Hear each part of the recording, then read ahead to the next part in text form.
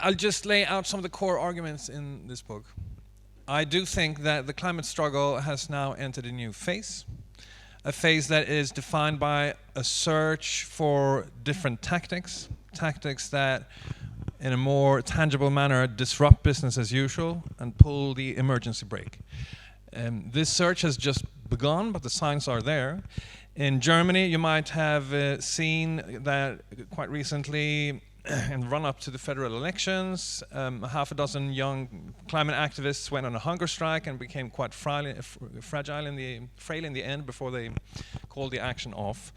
But there might be other things to shut down than our own bodies. And at this summer's Ende Gelände action in Germany, a group calling itself Fridays for Sabotage claimed responsibility for rupturing a piece of gas infrastructure and encouraged the movement to adopt this tactic. And of course, this came after the forest occupations across Germany that have engaged in forms of sabotage at certain points, including damaging equipment used in coal mining and things like that. In the UK, I think the Extinction Rebellion stepped up the ante a little bit when activists went to banks and smashed windows, and in their own perhaps a little bit peculiar manner, but we can discuss that later. I think Insulate Britain is manifesting the same search for new tactics. And to stay in the global north, the long and very bitter struggles of indigenous peoples in North America have spawned some quite desperate militancy. There have been trains carrying crude oil derailed by activists mimicking the actual signal of emergency brakes. And I think fossil capital should take notice here that new forms of resistance are coming. And there are two pressing complaints to be made about this search. One is it should have begun earlier, and two, more people should be engaged in it. We know, all of us know that the parts of the earth are already in the process of becoming unlivable, but this is not in need of repetition. This is something that everyone by now knows. At some level of their consciousness, and still our governments allow fossil fuel companies to expand their installations for taking oil and coal and gas out of the ground. Now, something is going on in Glasgow. There's COP26. I haven't yet seen any real signals that would entail a massive change, but who knows, miracles sometimes happen. Let's hope that they happen now in Glasgow as well. It would be great, of course, if countries at the end of this summit have a real program for reducing fossil fuel production to show, but we'll see if we end up there. So far, we can discuss the recent declaration by India and what's happening in that country. But let's just take one case, France, led by Emmanuel Macron, who was on the stage in Glasgow the other day, and who poses as one of the most enlightened climate diplomats. Now, the single largest private company in France is Total, or the single largest company headquartered in that country is Total. And this year, it will commence construction of the East Africa crude oil pipeline, slated to be the world's longest heated oil pipeline, to carry more crude oil from the fields around Lake Albert, straddling the border between the Democratic Republic of Congo and Uganda, and then crossing through Uganda and Tanzania out to the coast. And this pipeline, Eacop as it's abbreviated, will pass through 230 rivers. It will bisect 12 forest reserves, including habitats for a lot of endangered species. It will displace something like 100,000 people, farmers whose land will be lost, only for the purpose of carrying what will be 216,000 barrels of crude oil per day, even more oil to the world market for combustion. And Emmanuel Macron is very enthusiastically backing this project as an amazing opportunity to increase the economic presence of France in this region. I'll return to this case shortly. We could take cases from virtually anywhere in the global north, to stay there again. In the US, Biden has been showering the oil and gas industry in licenses for drilling on public lands at a higher rate than Donald Trump did. at a rate you can't find unless you go back to the days of George W. Bush. 24 fossil fuel projects, new pipelines, new gas terminals underway in the US would alone cause emissions equal to 404 coal-fired power plants. And as for the UK, you know, I'm sure that the government here is still legally bound to maximizing economic recovery of the oil and gas in the North Sea. That means pumping as much of it as possible.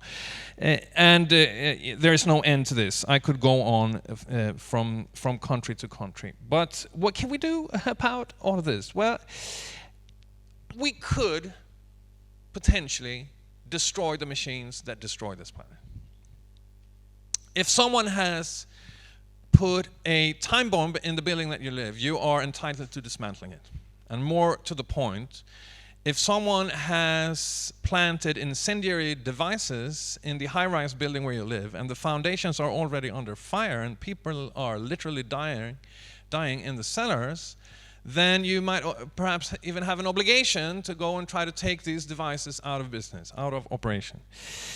And this obligation is not diminished by the fact that those who live on the top floor, who have their rooftop pools and their helicopter pads at the ready, profit from these devices.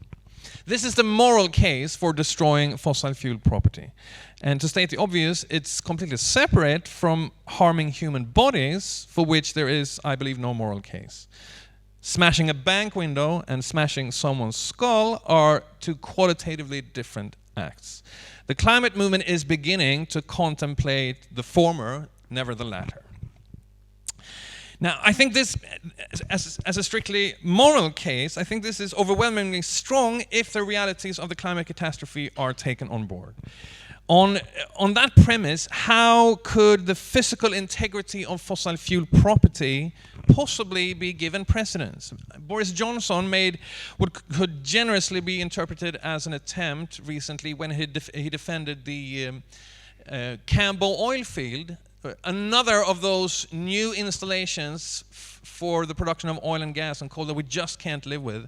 And he said, we can't just tear up contracts. So there is a contract with a private entrepreneur for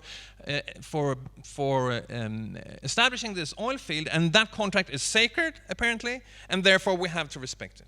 But on this view, private property somehow stands above all other concerns, including the fate of advanced life on this planet. I think it's difficult to formulate a philosophical case for that overriding sanctity of private property. At least if someone wants to make this case convincing, there is some philosophical work to do. How am I doing for time? Another 5-10 5-10 minutes, minutes. yeah. So another way to approach this moral question, I think, is to look at the question of violence and the causation of death from a little different angle. This summer, which of course was a season in global hell, in the middle of it, the journal Nature Communications published a study on how CO2 emissions cause people to die. So rising temperatures lead to excess deaths. And the scientist behind this study, Daniel Bressler of Columbia University, had come up with a way to calculate just how many lives would be ended by 1 million metric ton of CO2 emitted in 2020 or 2021. And the number he came up with was 226 lives. So these will be the people dying from 1 million metric tons of CO2 emitted now. Through a lifetime of consumption, he concluded further, some 3 Americans would cause emissions sufficient to end 1 life, while it would require about 146 citizens of Nigeria to do the same. The more you consume and emit, the more people will die because of what you have done. And if that sounds violent, it's because it is. But these figures could be questioned on a number of grounds.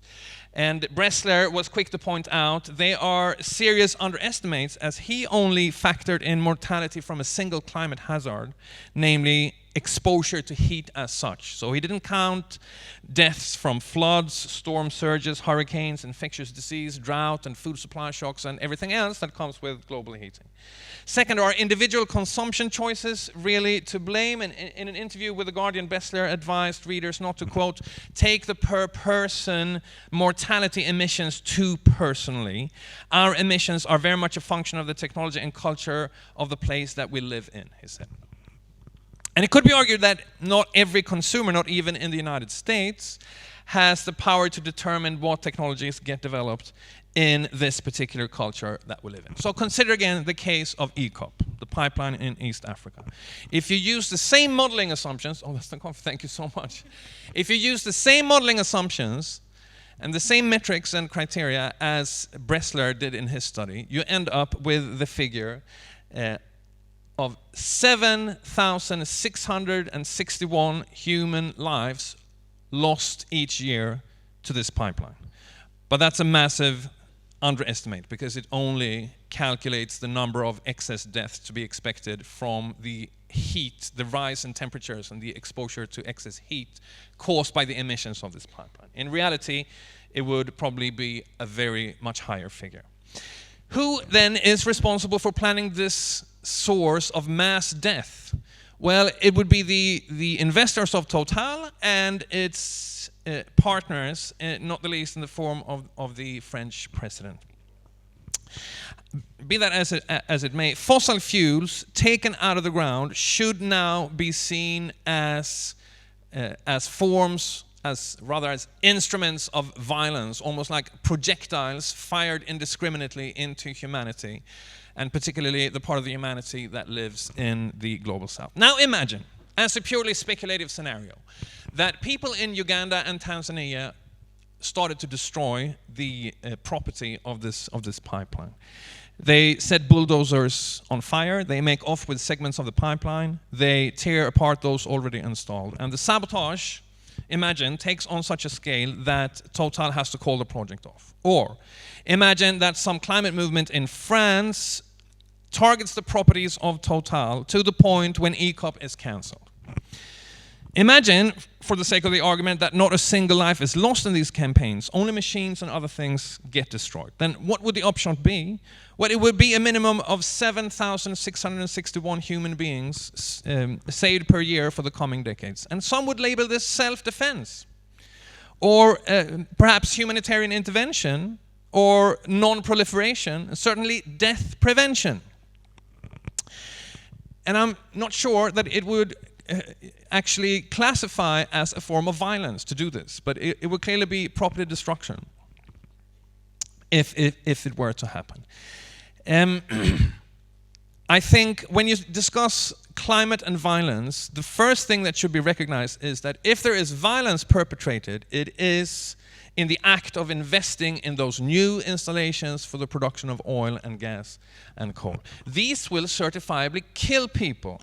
In greater numbers, the longer business as usual continues. 1,000 tons of coal dug up in 1850 or barrels of oil pumped up in 1950 did not perhaps cause any measurable deaths because the atmosphere was not yet oversaturated with CO2. When it is, the lethality of any additional quantum of fossil fuels will tend to progressively rise. But what about the purpose of the act? Well, surely someone who extracts coal or oil or gas, be it in 1850 or in 2050, is not doing it for the purpose of killing someone, but for the purpose of making money. But once it becomes fully established and commonly known that this particular form of money-making actually kills multitudes, this absence of intention begins to fill up. From this point, mass casualties are an ideologically and mentally processed, de facto accepted result of accumulation. I'll quote here, if you're doing something that hurts somebody and you know it, you're doing it on purpose, end quote. This is what prosecutor Steve Schleicher said in his closing argument against Derek Chauvin, who was later convicted for the murder of George Floyd. And mutatis mutandis, I think the same applies to fossil fuel production. It is becoming more lethal and more purposeful for every passing year, more in the nature of systematic violence. So the real question then, to me, is not whether people have a moral right to destroy this kind of property that sends mass death flying across the globe. It is why they haven't yet started on a massive scale. And I really want to stress that I'm not I'm far from the only one arguing along these lines. Although these are not argumentative texts, there have been two big novels published in the last year that both feature property destruction as major components of the plot. One being How Beautiful They Were by Mbolo Mbue, about an African village community rising up against an anonymous oil company called Pexton in the novel that spoils the land of the village and kills the children of the community by means of pollution, and the other being The Ministry for the Future by Kim Stanley Robinson, where after a hyper-lethal heat wave about 5 years into the future, enraged Indians form a group called the Children of Kali and set out attacking fossil fuel infrastructure worldwide. I think this is an idea whose time has come, and the reasons are obvious. If governments cannot bring themselves to rein in fossil fuel producers, which they really seem incapable of, rather what they're doing is they keep subsidizing and encouraging and abetting them, even of course owning and directly running some of the worst offenders, then people outside of state apparatuses will eventually take the matter into their own hands, or so one would expect.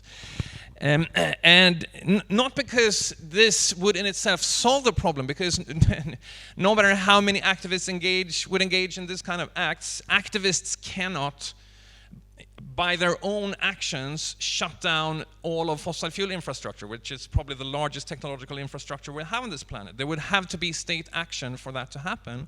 But states, again, seem constitutionally incapable of doing this of their own accord, of their own volition. So the task of activists is to ratchet up the pressure for the abolition of fossil fuels. And so I think that escalation is in the air. And the climate justice movement has, as I hope some of you are aware of, unveiled plans for going after one fossil fuel corporation. And the call says we're going to use a diverse array of tactics to disrupt the operations of this corporation through decentralized direct actions spread over the 2 weeks after COP26, namely the company of Total. This campaign is called Collapse Total.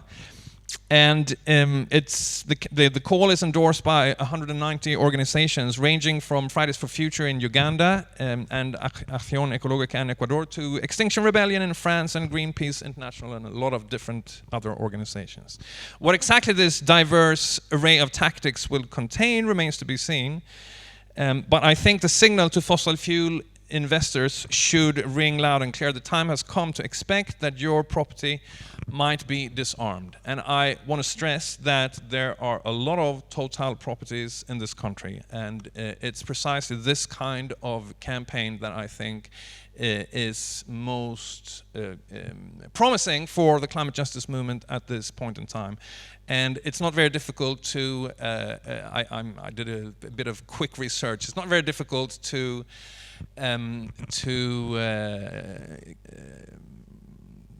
map where these properties are located in the UK. I'll leave it at that. Okay.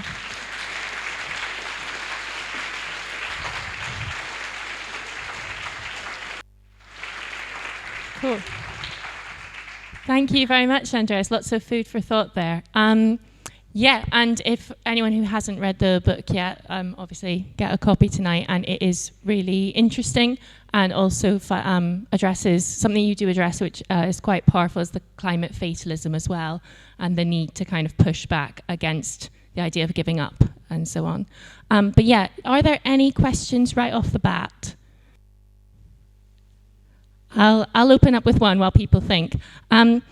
Something you about in the book is about why hasn't this happened yet, and you talk and some critiques I've seen of the book are that it doesn't sort of take into account about how oppressive the state is and how bad the jail terms can be, and also how bad police interactions can be for people of colour and other people of minorities. So I just wondered if you, sorry, a bit of a mean question off the bat, but if you had any good thoughts on that. Well, to begin with, the intensity of repression and the problem of the carceral state, or whatever you want to call it, I don't see as explanations for the absence of property destruction or more militant tactics. Because there have been, if we stay in the global north, there have been two major social movements in recent years that have been much more militant than what the climate movement has been, even though they have faced exactly the same, if not a worse, repressive backlash. I'm thinking of Black Lives Matter and the uprising after the murder of George Floyd in the US, and the Yellow Vests in France. Two movements that have not been committed to strategic pacifism in the way that the climate movement has been. And I don't think you can explain this discrepancy by saying that climate activists would naturally face more intense repression than what BLM activists or what Yellow Vests, with all their eyes shot out and everything in France, have faced. And if you go outside of the global north, I mean, it's not like because the repression is so insanely intense in Palestine that people stop engaging in resistance. I mean, that doesn't work as an explanatory model for the absence or presence of resistance. Now, when it comes to how people of color are treated by the repressive apparatuses, well, when I touch on this in the book, it's to say that the way that XR originally dealt with the police force and with the question of repression was a guarantee that XR stayed as a predominantly white organization. And I'm afraid that Insulate Britain is sort of repeating this mistake, namely the idea that it's a virtue to be arrested. It's something that we should strive for. That the short-term tactical goal is to get people arrested. I mean, and putting aside the whole rhetoric about, you know, sending flowers to the police and we're doing this for you too and all this, which I really hope and think that kind of approach is dead after the anti-police protests worldwide last year. I hope so. If you're going to deal with the repression, the first point of departure has to be that you seek to avoid repression. You seek to avoid arrest. You seek to accomplish what you want to accomplish without getting arrested. Not throw yourself into the arms of the police. So that obviously isn't a guarantee that you will succeed, but it should be the premise for how you deal with the problem. Yeah. Great, thank you. Any hands? Darren's going to run round with the mic, so the person in the purple scarf. My question's the commitment announced today at COP26 around the banks, Mark Carney's coalition that's going to move £150 trillion worth of assets into transition fuels, getting banks away from investing in fossil fuels. How convinced are you that that's going to lead to anything serious, particularly given they made similar commitments in Paris in 2015? Okay, so I haven't seen this piece of news. I don't know. So who said that banks will change these? I mean, obviously the knee-jerk reaction from a leftist like myself would be to say that this is probably just empty rhetoric, but who knows? I mean, we shouldn't be dogmatic about these things. And okay, if banks are pulling their money out of fossil fuel investments and placing them somewhere else, then obviously that's a good thing, and it's what divestment campaigners have been arguing for a long time. But as you hinted at, I mean, these declarations might have been heard before, and we don't know exactly what it will mean if banks will actually do this. an interesting irony here is that if the major fossil fuel companies, BP, Shell, Exxon, Chevron, all of those companies, would become more dependent on their own internal sources of capital for investment, then that would probably force them to extract more of their fossil fuels to finance their own operations. There's a really good paper written by Brett Christophers on this that outlines just how much more profitable fossil fuel projects are for these companies than renewable projects. So it's a difference. So typically a renewable energy project will yield a profit of between 4 to 5% for these companies, whereas a fossil fuel project will yield profits in the range of 14 to 15%, so roughly 3 times more. And this is why these corporations, despite all the talk of going net zero on that this or that date, are still primarily accumulating their capital by investing in fossil fuels. And if banks were to retreat from these companies and say, no, we're not going to fund your projects, these companies would be more dependent on their internal sources of revenue for reinvestment. He writes about this in the article. I don't know about this particular declaration, and we shouldn't dismiss everything coming out of COP26 as necessarily, by definition, being lies and greenwashing. I mean, there are processes underway, including reactions, of course, to popular forces and protest and demand, and concessions can be made from dominant classes in a forum like COP. But our lesson from 26 editions of COP summits is that whatever promise comes out of these summits will be realized only if there is continuous, vigilant pressure from below. I mean, the Paris Accords, which was, of course, 6 years ago greeted as this amazing turning point in climate diplomacy, hasn't really produced anything that much yet, and insofar as it has very often been in response to popular climate mobilization. Yeah. Yes,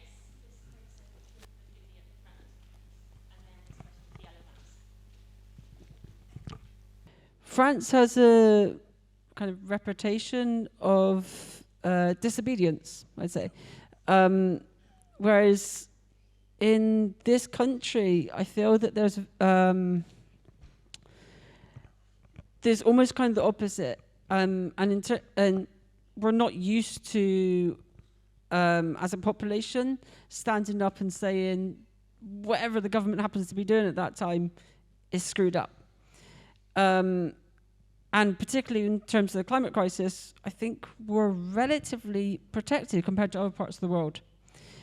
Because we live in a sort of mild climate. We don't have like forest fires so much at the moment like they have in Greece. We don't have the kind of, we're not facing the oil problems like they have in the Niger Delta. How do you, I mean, you don't need to get the whole of the public on board. If you look at sort of a lot of the sort of Extinction Rebellion material, they say, I can't remember the book specifically, but they say you only need to get about 3% to kind of to galvanize change. But what you do need is a lot of activists. How do you convince people in this country to stand up and not only sit in a road in which they might get put in a cell for a couple of days? How do you convince them to go and do what, legally at least, are very criminal acts and could get them serious jail sentences? Okay, so I should point out that I don't live in this country. I don't know this country as well as you do. First, on France, it is paradoxical in my view that country, which is the one in Western Europe that has a living tradition of social struggle, with cycles of popular rebellion that very often features property destruction on quite significant scale and confrontation with the police, has not produced a climate movement that is anywhere near targeting total on the scale that it should be seen. The contrast with Germany here is striking. Germany is a country without social struggles of the kind that we see erupting regularly in France, but Germany has a far more powerful and a militant climate movement in the form of Ende Gelände. And also Fridays for Future nowadays really is almost primarily a German movement. I mean, Berlin is really the capital of that movement. Now, what would it take for people to move and do criminal acts in this country? Well, to begin with, property destruction is criminal, but property destruction doesn't have to take extremely spectacular forms, as in blowing things up, contrary to what the title of my book said. What you did here in Bristol with the Colston statute was obviously a form of property destruction. And the uprising after the murder of George Floyd had elements of property destruction running through that whole cycle of revolt. It took off 3 days after the murder of Floyd, when the people of Minneapolis finally managed to storm the police station in the 3rd precinct where Derek Chauvin and his colleagues had been based, and burned it down. And that act, quite surprisingly, received the approval of a majority of Americans in the polls. And the US is a country not famous for its popular support for destroying private property, or for that matter, police property. But something changed in the US in 2020. And of course it spilled over to this country and to other countries, to Nigeria and to other places in Europe and so on. And I think the key moment in that sequence of events was the storming of the police station in Minneapolis, because I'm here drawing on Vicky Osterweil's writings on this in The Nation and other ones. She argued that what this act did was it took the police into the realm of history. So it broke a certain paralysis or resignation in the face of systematic violence from the police forces against African Americans. This being seen as a kind of preordained fate, almost a law of nature, something that just happens and goes on and on and on, and there's nothing we can do about it. And this is exactly the kind of paralysis that needs to be broken about fossil fuel infrastructure, where people resign themselves and feel that, well, this continuous expansion of oil and gas, and in Germany and other places coal, and here as well with the mine in Cumbria, is just something that happens, and there's nothing we can do about it. This needs to be broken through some kind of equivalent act of disruption of this infrastructure that demonstrates to people that this infrastructure does not stand above what people can do. And this is necessary, I think, also to bring home to governments that this infrastructure has to be put to an end. An end has to be put to it. Also, I think what you accomplished here in Bristol with that statue was to establish a kind of moral stigma, if you like, on these statues that wasn't there before. But after that toppling of the statue, the normality of these statues and of these names was shattered. And I think it's something similar we need here when it comes to the climate. And I do think that you certainly have enough problems from global heating in this country to, imagine that you had some kind of act of property destruction or similar when there is a flooding happening, a very bad situation of flooding in the UK, or some other kind of bad climatic impact. I think you would stand a good chance to get popular support for this by telling people that this is what has to end. Otherwise, we'll just have more of this until we can't live any longer. Hello. So my question's on, I guess, a point of clarification, really. So you've talked quite explicitly about, well, in terms of pipelines and very explicit fossil infrastructure. Yeah. But I guess, that exists as part of a supply chain from pipeline to tanker to petrol station, say. And in the UK, certainly in Bristol, I'm not aware of any major pipelines. But the major fossil infrastructure that we have here is things like the airport, which is, you may or may not know, potentially going to expand a lot quite soon. And I suppose tackling the airport, it's bigger than pulling down a statue, but it's not quite as easy to do as blowing up a pipeline. So, like, how do you address a problem like that kind of exists in this between space, but is still very much fossil infrastructure and still very much needs tackling? Well, yeah, I'm all for mass action, direct action against something like an expanding airport, for sure. We just had some nice direct actions against airports coordinated in 3 or 4 cities in Sweden, where XR people and others got on into the airports and shut down traffic, and they are now under suspicion for aviation sabotage, or whatever the crime is supposed to be called in Sweden. I'm all for that. Obviously, you're entirely right that the role that statues of Confederacy generals in the U.S. or old slave traders here played in the actual workings of capitalism in 2020 cannot be compared to the work that an airport is doing.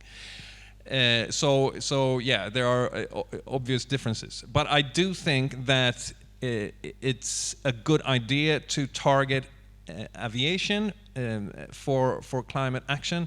I think that's a much better target than highways in general, because on highways in general, you will find all sorts of commuters. I mean, working class people might have no choice but to take their cars to their workplaces. Aviation is extremely heavily skewed towards the upper strata of society. And aviation emissions, therefore, are very often in the nature of luxury emissions. So these are emissions that do not really satisfy a basic human need, but that could easily be avoided by these people without them losing more than perhaps their opportunity to participate in certain meetings or whatever it is, or go on business trips and things like that.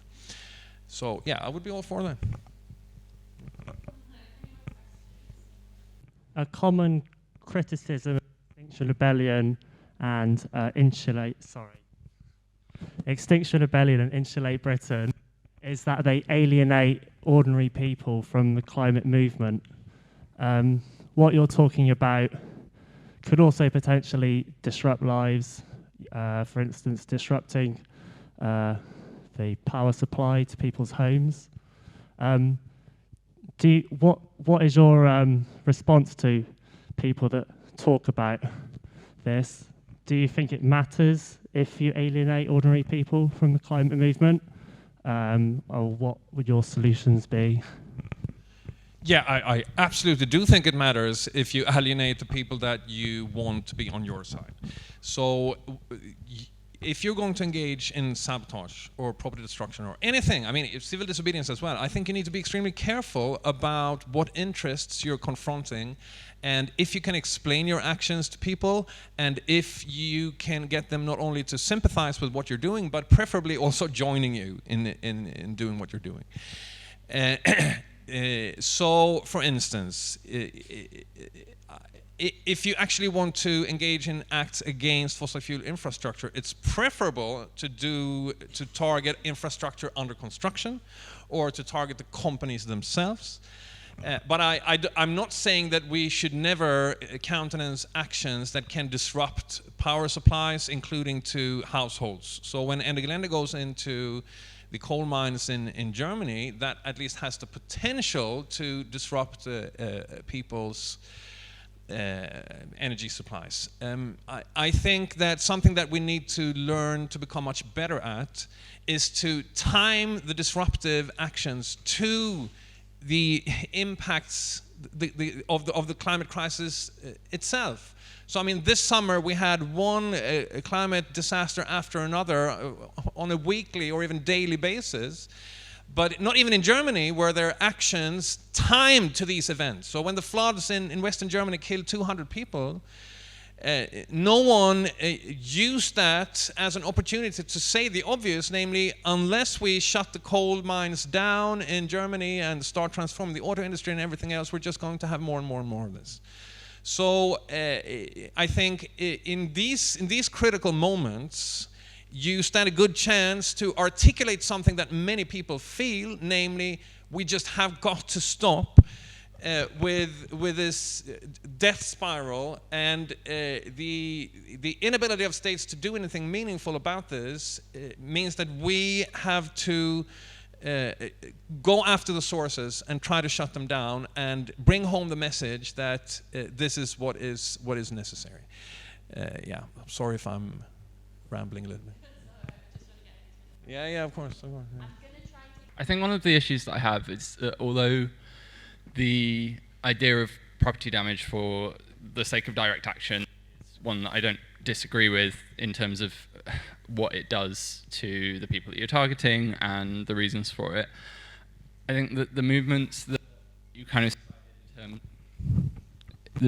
cited in terms of like Black Lives Matter and the Yellow Vest had specific, like very immediate material stuff going on that spawns that action, which is potentially why we haven't seen that come out for the climate movements here, apart from, you know, in this kind of XR form where it's very much seemingly a lot of people with a lot of spare time who have this like feeling of moral duty rather than an immediate attack on them that they need to fight against.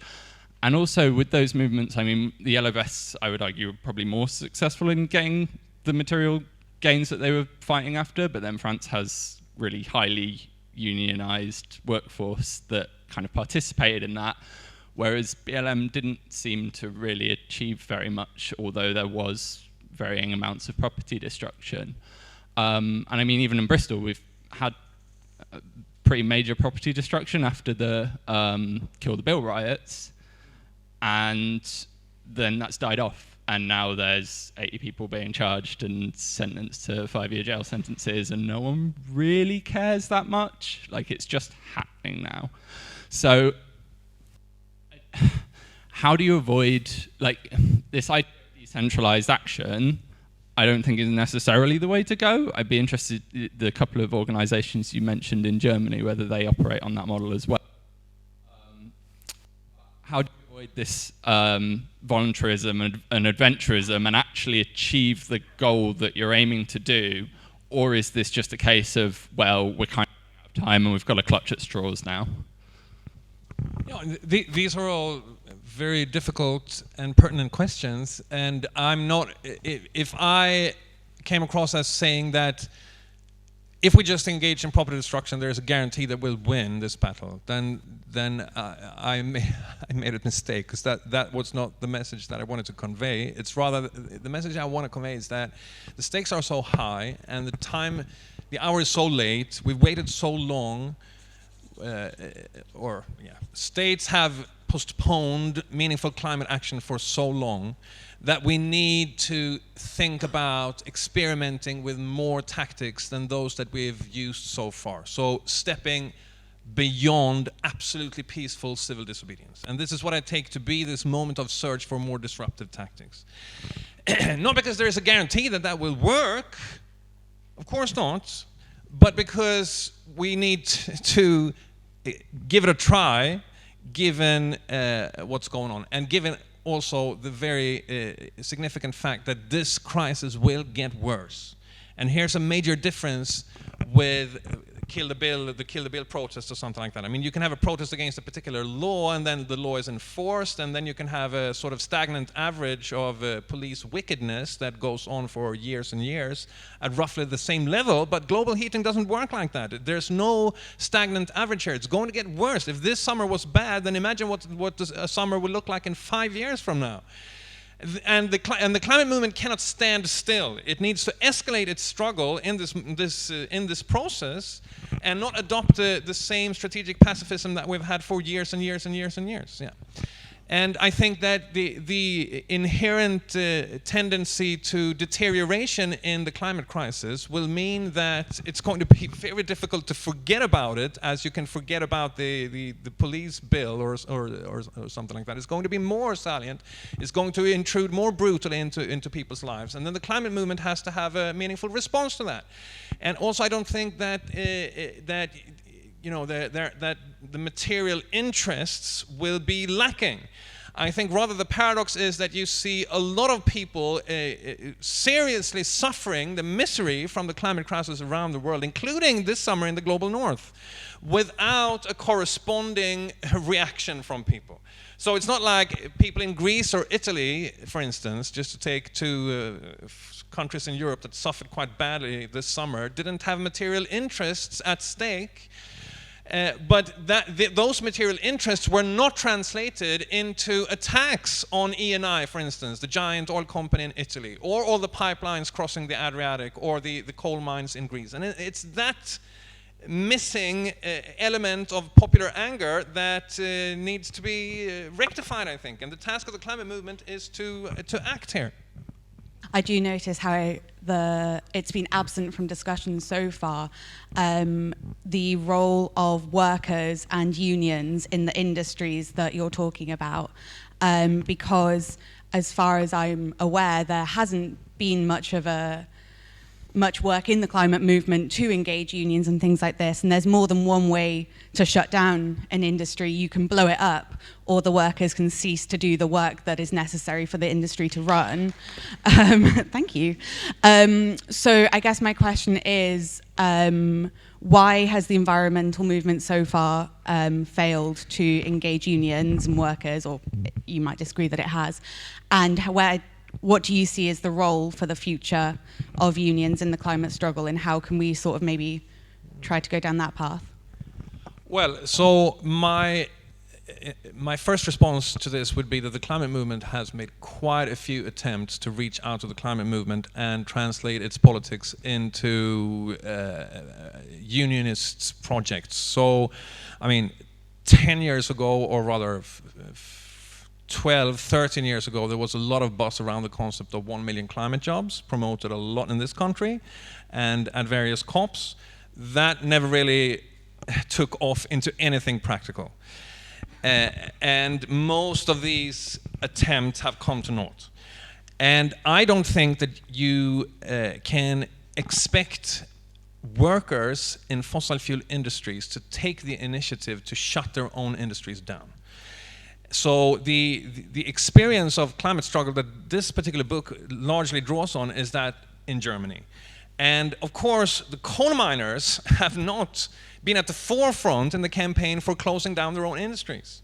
The initiative has come from outside the industry in the form of Ende Gelände and the climate movement. That doesn't mean that we shouldn't care about working class people or the people in these particular industries, because we have to make the transition compatible with their interests. But the prime mover in the climate struggle will not be workers in the industries that need to be shut down, I think. The prime mover will be the climate movement, but it needs to, of course, it needs to be filled with class content. And it needs to be much better at drawing in people from the working class, and not the least from racialized communities in Europe in particular. But there's a difference there in viewing workers in industries as the people who will solve this crisis, who will almost miraculously appear as the hoped for agent of change, or seeing their interests as quite potentially compatible with climate politics. That's the basic idea of the Green New Deal and all of these things. Yeah, that's my view. So you wrote in Fossil Capital quite a lot about the workers' protests of the 1830s in the UK, and more generally, I guess, about what turned out to be quite violent resistance, both within environmental but also wider class struggle. And I'm interested in your thoughts around how eco-sabotage moves on to kind of more overt interpersonal violence. And you commented on this earlier, and I think you rejected it, about the idea of kind of more violent protest. And I'm wondering your thoughts as to the dividing line then between how you view eco-sabotage and how you view more violent action against fossil capital and its CEOs, employees, etc. Yeah, so I'm not a moral pacifist, I'm not a strategic pacifist. So this means that I think that there are circumstances when interpersonal violence can be justified, including in anti-colonial revolutions, for instance, or resistance struggles. I think that when you calibrate the level of militancy of your actions, you have to concretely study the context that you're operating in. And contexts change. But in the context, in the conjuncture that we are in as a climate movement, I think that it's possible to engage in certain forms of intelligent sabotage and further the cause of the movement. But I think it's impossible to see that interpersonal violence would serve our purposes. So if we were to start assassinating CEOs of Total or RWE or something like that in Germany, these acts would cause, I mean, they'd be morally wrong to begin with, because killing someone is always prima facie wrong. So if there is a factor that overrides that wrongness, it has to be an incredibly beneficial result of the act, if you see what I mean. But if the results are negative, then that prima facie wrongness is only reinforced or redoubled. So starting to killing fossil fuel investors or something like that would obviously taint the climate movement with terrorism and would trigger all the reactionary instincts of the state apparatus and the public. It would be a very bad thing to do, I think.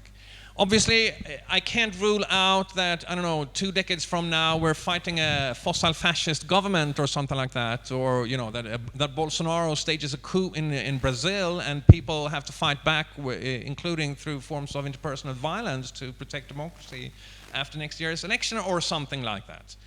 But for the climate movement in the conjuncture that we are in, and I'm not seeing any clear end to it, I think it would be extremely important to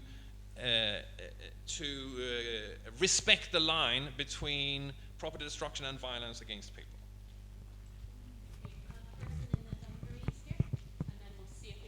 I thought I'd come to a talk on, is peaceful protest enough? Because I'm very interested in that. Whereas I feel like, oh my God, I'm going to talk about, we've already decided, no, it isn't enough. We've moved on from that, and we're all about this type of disruption. We vetoed it, blah, blah, blah. And I'm going, hang on. I'm not hearing you answer about black people. I'm not hearing you really answer about how white this is. And I've just got all these different bits I've written down. I feel we really, really need debate. Like, this is the most people I've seen in one room, because I'm not in exile. And it's fantastic having this amount of people. I thought we might be doing little breakout groups, talking about tactics and... But are we going to do that? You know, like there's people who are expressing other views, and I'd love to have room for other views and be looking at things. I've been running a campaign for 6 months at College Green every single week against the police and crime bill, where I wanted to do it in a different way. And I meet the public every week. I talk to a range of people every week. I care about the public. They feel so isolated. They're so disengaged. They feel so hopeless. And what are they? They're given alcohol. And I think I understand your point, and I thank you for this question, just as I thank the comrade in the back for the question, because it gives me an opportunity to clarify that I'm not saying that property destruction is the panacea, or is the one thing that people should do exclusively at the expense of peaceful protest.